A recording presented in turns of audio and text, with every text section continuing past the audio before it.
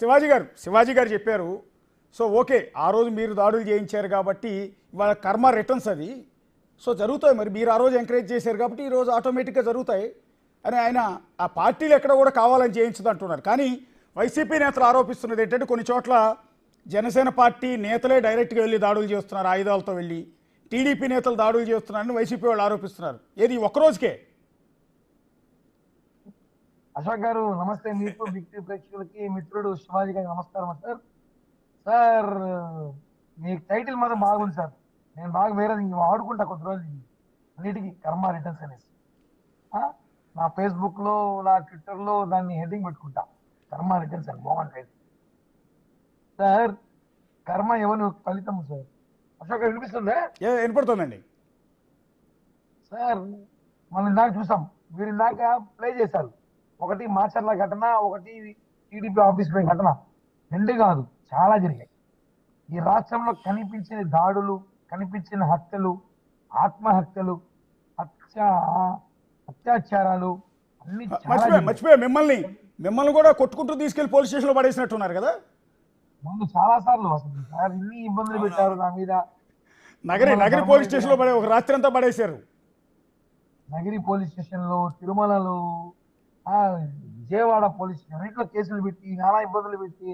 ఎందుకంటే ఈ రోజు విజయం అనేది శివాజీ గారిదో, కిరణ్ రాయల్ గారిదో, లేకపోతే మన అశోక్ గారిదో కాదు.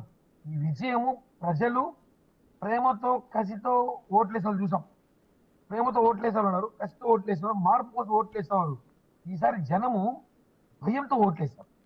మళ్ళీ జగన్ గారు వస్తే మాత్రం మనం బతకలేము, మన ఆస్తులు పోతాయి, మనం నీకు నరుకుతారు ఇళ్ళ దూరి అని చెప్పి భయపడిపోయి ఒక రాష్ట్ర వ్యాప్తంగా కాకుండా దేశవ్యాప్తంగా ఉన్న తెలుగు వాళ్ళు ఎక్కడెక్కడ ఉన్నారో తెలియదు సార్, దూకారు సార్.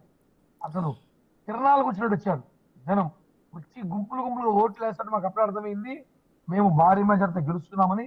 ఒకటే సార్ మేము చెప్పేది, ఇప్పుడు వైసీపీ నాయకులకి ఒక్కరోజుకి మేము దాడులు చేసాం, కొట్టామని షో చేసుకుంటారు. మేమేమి దాడులు చేసే అవసరం మాకు లేదు. కానీ కొంతమంది వ్యక్తులు చెప్పినా వినలేదు.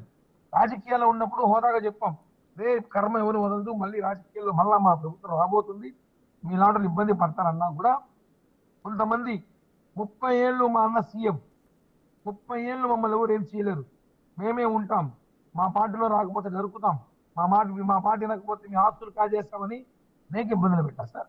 చాలా ఎంత ఇబ్బందులు పడ్డారంటే ఒకనొకటైనా మానసికంగా ఆత్మహత్య చేసుకుంటే సరిపోతుందా మళ్ళీ జగన్ గారు వస్తే అని నాలాంటి వ్యక్తికి అనిపిస్తే, నాలాంటి వాడికే ఒక పక్క తిరుపతిలో నాకు మన వర్గం ఉంది, జనం ఉన్నారు, బలం ఉంది, నిలబడగని కెపాసిటీ ఉంది, ఒక వెనకాల పవన్ కళ్యాణ్ గారు జనసేన పార్టీ ఉంది, ఇన్ని ఉండి నాలాంటి వ్యక్తే మళ్ళీ జగన్ గారు వస్తే ఆత్మహత్య చేసుకోవాల్సి వస్తుంది అనే ఆలోచన నాకు వచ్చినప్పుడు, నా కుటుంబానికి వచ్చినప్పుడు, కామన్ మ్యాన్, కామన్ పీపుల్, ఒక ఉద్యోగస్తుడు, ఒక వ్యాపారస్తుడు ఏం ఆలోచిస్తారు సార్?